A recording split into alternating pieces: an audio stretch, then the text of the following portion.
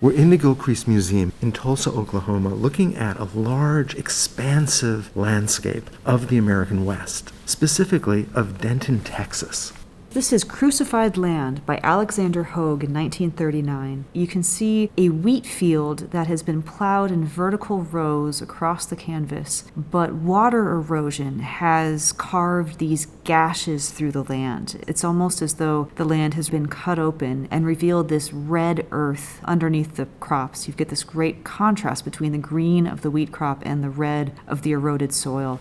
And that vivid contrast, these brilliant colors in the foreground that are so starkly at odds with each other, change as your eye moves towards this high horizon, where we see those greens and reds merge into blues and lavenders and purples, and we see an approaching storm. There's the silhouette of a tractor, and just peeking from behind the horizon line, we see the roof of a house. But perhaps the most prominent detail of this painting is the scarecrow. In the upper left corner, you see a scarecrow that is depicted like a crucifix. And this is even swaying to the side, almost as though the little bit of field that it's resting on is about to give way as the erosion continues. The broad expanse of millions and millions of acres of grasslands in the American West had been disrupted in the early 20th century by farming and ultimately by the plow, and it caused irreparable damage. This painting was created as part of the erosion series that Hogue worked on through the 1930s that were referencing some of the ways that destructive and reckless agriculture practices were harming lands in Texas and Oklahoma and across the southern Great Plains. And this particular painting is showing water erosion.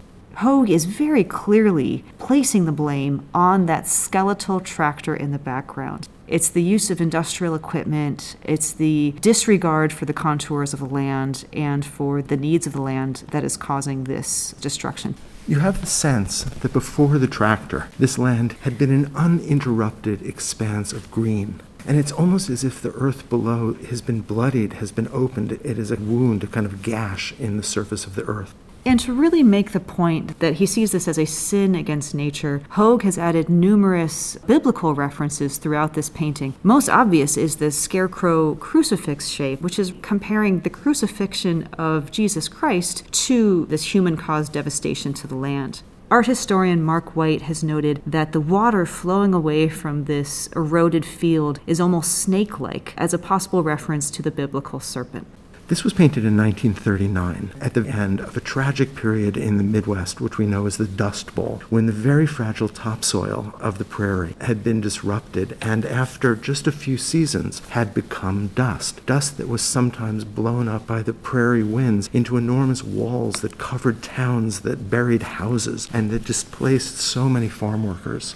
The tractor in the background of this painting is telling us a couple of things. One, that the tractor itself caused the destruction of this prairie topsoil, but tractors also reduced the need for farm laborers, and the migration from places like Texas and Oklahoma to California and the loss of jobs was more due to tractors replacing farm workers than to the destruction of the Dust Bowl itself. This is erosion that is caused by man's impact, but is actually effectuated by rains, by water. We often think of Oklahoma as a dry state, but it's really the water that is doing the damage here. And in the top left corner of this painting, you can see the next storm approaching, letting viewers know that there's even more destruction to come.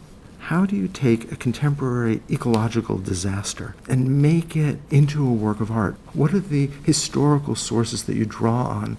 Hogue is using the tradition of biblical reference in order to draw attention and draw sympathy for and draw potentially political action towards saving this landscape. He had grown up in Texas on his sister's enormous sheep and cattle ranch and had developed a real sensitivity, a real awareness of the beauty of that land and had watched it be destroyed. He was very much an artist activist. Life magazine in 1937 described this painting series as a scathing denunciation of man's persistent mistakes. And I think that Hogue was successful. When I look at this painting, I see an image that is incredibly beautiful and visually compelling, but it is also telling this tragic story and telling a story that we can take action to prevent. during his lifetime, and at the time these were painted, some of Hogue's erosion series paintings were causing calls to action or at least disruption. The alarm that these politicians felt on seeing this image indicates how powerful these images were and how they could function to change people's opinion about these farming practices and this reckless, rampant capitalism destroying the environment. Issues that we're still facing today.